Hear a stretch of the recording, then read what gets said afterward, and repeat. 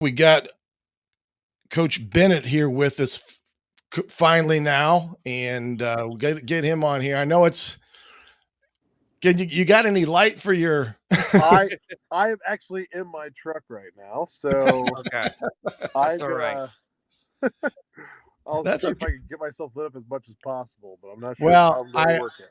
yeah, well, maybe your overhead lights or anything. We won't keep you. I know you've got more than one thing on your hand being at Blackhawk Christian, and I told you in my email that that's the church I grew up in way back when in the day when David Jeremiah was the pastor there, who's now Right. out in San Diego. But Rick Hawks was my youth pastor. So when I see Pastor Hawks every now and then, I make him feel a little bit older. But we appreciate you jumping on here with us. And the reason why we wanted to get you on here is 8-man football. And I think the rising popularity that is starting to be found with uh, that game, 8-man game, is something that is very intriguing, especially for schools like Blackhawk Christian. What led Blackhawk Christian to start something like that? Uh, I mean, obviously they started the journey back in 2018, and with COVID, it kind of put the brakes on there for a couple of years. But I think they just had kind of a push from the families, and they really wanted to, make something happen out of the program. Yeah. What are some of the rules that I guess we look at it in terms of any difference between the 11-man game to the 8-man game? Do you have any weight restrictions or anything of that nature? No, it is pretty much exactly the same. Only you're dropping two linemen and a back. So Okay. three ineligibles on offense.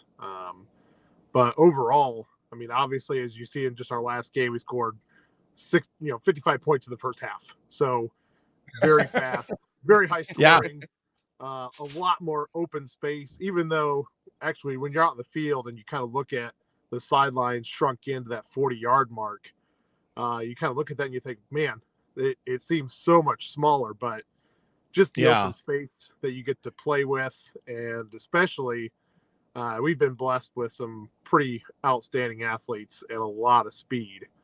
So Right. they've actually been able to really, really open up the field, and this past Saturday was actually really fun to watch. Have you found that the kids have embraced it? I mean, did you get a lot of interest when I mean, trying to start something during the first part of COVID and everything doesn't help anything, but did you find that there was a lot of interest, or did you have to do a lot of persuading kids to come out and play? It was, I would say, it was a little of both. Uh, you know, when we started in the summer, I got an opportunity because I was hired on as a teacher to come in towards the end of the school year last year and just kind of talk to some of the students and the kids that might have been interested in playing. Um, and by the first summer practice, I think we had 5 kids that came out. And, throughout the summer, I think the most that we had at a summer practice was 11. I was out there a couple week earlier last week talking to Coach Bennett and some of the players, about the team and really a cool situation. You think about it. I mean, here's Blackhawk Christian that doesn't have a lot of fall sports. Has not had football, has volleyball. Boys soccer is huge, girls soccer is huge, cross country is up and coming. So really good for you, Coach Bennett, to have this new sport at Blackhawk. What's kind of been the reaction amongst, the community there and the students and staff as this new venture takes off at Blackhawk Christian? Number one priority is just to build Christian character. These great group of guys, and their drive is there. They're excited. That first win really set them off as far as they want to be the 8-man team to beat in Indiana. We have a lot of great athletes. Blackhawks kind of known for that, and we're going to turn some heads with some of the players that we have. Our quarterback John Overholt first year playing football and really kind of taking the reins at quarterback. There was actually a point this season where he was about ready to play center on the line. But then the very next practice came out and he showed that he wanted that position. And he's been great at it ever since. We have some big guys in the middle as far as on the line and also on defense. And I think we're gonna make some waves this year. For a school that is a 1A school in size, I know the enrollment is up. They have a lottery system now. So a lot of exciting things at Blackhawk Christian. And now to have this sport, I think will only help their sport profile at Blackhawk Christian. Yeah, and I think you said you may have got some video out there and maybe we can shoot that, let it go as we were talking, but I think one of the things that um really makes, people understand a little bit is like coach was saying, it's similar to 11 on 11 football as one can be, but exactly what he said, you're going to have more space and more area to do things. So you're going to get a lot of scoring. So it makes it a kind of a fun field game. And I guess you could kind of compare it a little bit to what maybe the Arena Football League and that kind of type of fast paced offense and things. But I think it's a great thing for a school like Blackhawk Christian who may not have the numbers to field a 11 man football team, and you've got other schools that are just the same, and they can bring these kids into the game of football, and with their biblical teaching as a school and how you can tie that into the game of football and things that can utilize to teach things in a different way, I think speaks a tremendous amount about what they're doing there at Blackhawk Christian. Now, I was unable to get a lot of information, but what were some of the things that you saw there, Eric, with the number of teams that are playing this year? Yeah, I mean it's a growing sport throughout the state of Indiana. I mean, if we pulled up on our video feed the Blackhawk Christian schedule, and they're about a little bit nearing halfway of their regular season. Back-to-back wins. So 2 weeks ago they got their first win. Blackhawk Christian did against Irvington Prep, and then Rock Creek last weekend, September 10th, out at Snyder. And actually, that's another big part of it. And one of the cool things about it, Shannon, was the fact that they were able to, I know Kurt Tittman and Snyder High School have played a big part about it. They've been playing some of their home games out at Snyder, and things like that. And I think for them, that's where it starts. I know the State Coaches Association is behind it. I know the IHSAA is getting on board strong. They do have to travel quite a bit to play teams, or teams have to come up here. It's not like there's not a Snyder that's playing or Wayne or something like that. So I think, for them, it's the precursor. From your aspect, where is the game of 8-man football in the state of Indiana right now? So there was about a list of 25 schools that were kind of on the information list, and about half of those schools back in the spring said that they were going to wait until next season. They kind of wanted to see how this season went. A lot of those teams are in an 11-man program this year, and I think they're just kind of on that fence of, are we going to be able to make that jump? So at the beginning of the summer, we were supposed to have 12, but actually we ended up dropping down to just 3 through the summer. And luckily, schools like Duger Union, I think Indiana Deaf, and also Maple Creek, they've dropped down to 8-man.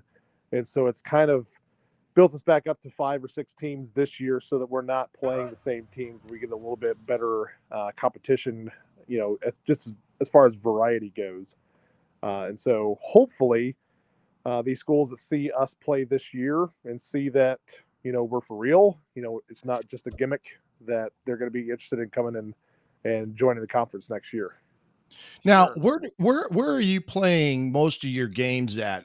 Because I kind of heard like you're kind of doing like a jamboree thing, and then you'll start getting into a traditional, playing at home and away type of deal. Right. So most of our home games this year we played at Snyder's Field. Um, However, we are trying to get together for our final home game of the season that we play at our soccer field at Blackhawk Christian. Our biggest challenge is trying to find uprights. So we actually have a few families that say, "Hey, we can do welding, we can do PVC pipe. What do we need to do to kind of set up?" Okay. Well, I think we're having quite a bit of difficulties with him, but we certainly thank Coach Brice Bennett coming on the Upon Further Review podcast. Maybe we can have him on another time and talk a little bit more about it. But yeah, I mean, they had the high school team out there, Coach, and then also um, eighth graders. And so they're starting them young. And so, as kids kind of filter into the program, I think, it started out maybe probably, I think if I'm remembering correctly in the interviews that I was talking with them, probably around 10 to 12. And then over the course of the last 3 weeks of school, more people have heard about it. And so they've been able to get teams together. I know, Coach Bennett lives in the Decatur area, had been an assistant coach at Belmont, and now had this great opportunity. And so he's really excited to see where this goes for Blackhawk Christian, because we've talked about it. A lot of the schools, some of the smaller schools in Class 1A, this might be an alternative for them, for some of those schools out there that struggle to get numbers, to get Yeah. wins, to get points, yards on Friday night. This may be a route that they can go to have a good system of football to build that up at their respective schools, Coach. Well, when you look at schools that fit the 1A category and you're trying to field a team of 11 bodies for both offense and defense and then special teams as well, and you maybe only have 30 to 40 kids come out, it's very hard to field a team that is well practiced and taught to play the game of tackle football 11 on 11 when you really can't do a lot to assimilate practice conditions. So you're exactly right. 8-man football serves a purpose. Now, 8-man football has been going on for a while. It's been, I think out in the Iowa, it's pretty big. I think they've been running it for a number of years with a lot of their small schools and such. And I think they've even got a state championship set up out there and playoffs and all. But it's a game that's gaining popularity in Michigan as well. Ohio, I saw some in Ohio, and then of course what Coach alluded to here in Indiana.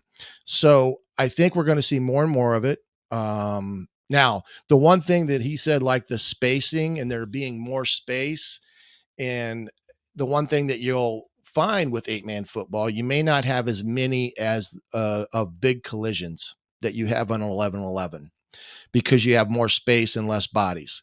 And so, from a safety standpoint, I would say, uh, in a roundabout way, you're probably looking at a little bit of a uh, better environment in eluding the big hits and concussions and things of that nature. But I'm hoping that we can get him back on, and we do apologize for our technical difficulties tonight that we're having. And Coach Bennett, and we'll try to get him back on to really go back over this a little bit. But I think what we had asked him was, they've done a jamboree setup where they've all kind of gone to one place and kind of played like a round robin deal. And now they're getting into the point where they're going to start playing their traditional home games and away games. And if anybody out there can help them secure some uprights that they could put on their Yeah. soccer field, I would ask that you reach out to Coach Bennett at Blackhawk Mm. Christian and let them know. I'm sure that they can let you know on terms of the dimensions and things of that nature. But I think it's great that Coach Tippmann and Snyder High School is giving them a lending hand to get this started. And if you love the game of football, you're going to find ways to make things happen for kids. And I'm sure you had a lot of fun shooting the video out there that you got, Yeah. just to seeing the kids enjoy that aspect of it. Oh yeah, I mean, and I think for this school, like it's only up from here because I met some of these players that I never really heard of, and some of they play basketball, they play soccer, they've played other sports, and big kids out there.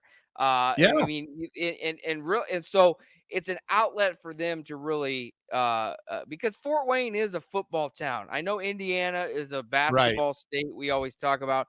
But I always have kind of felt like Fort Wayne is more of a football town and in Indiana State. That isn't to say we don't love our basketball here in Fort Wayne as well. But I think, for Blackhawk Christian, it was great. And I know that Joel Cotton, their athletic director there, had worked very hard to get this in place as well. And to have that number of kids out there, you can see in the video for those of you watching our Upon Further Review podcast stream.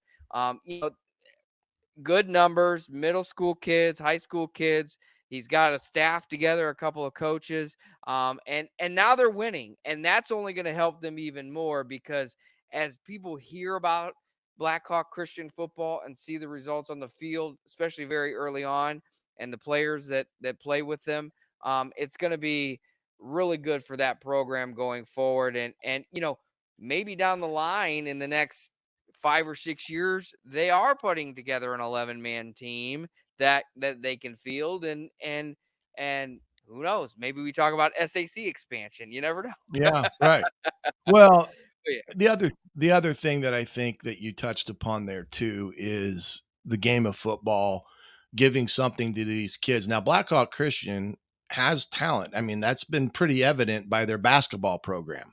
I mean, they've had some great basketball players. And I think the rise of football in the Fort Wayne area has really occurred over the last 10 years or so because of the number of kids that are now blessing us in the NFL.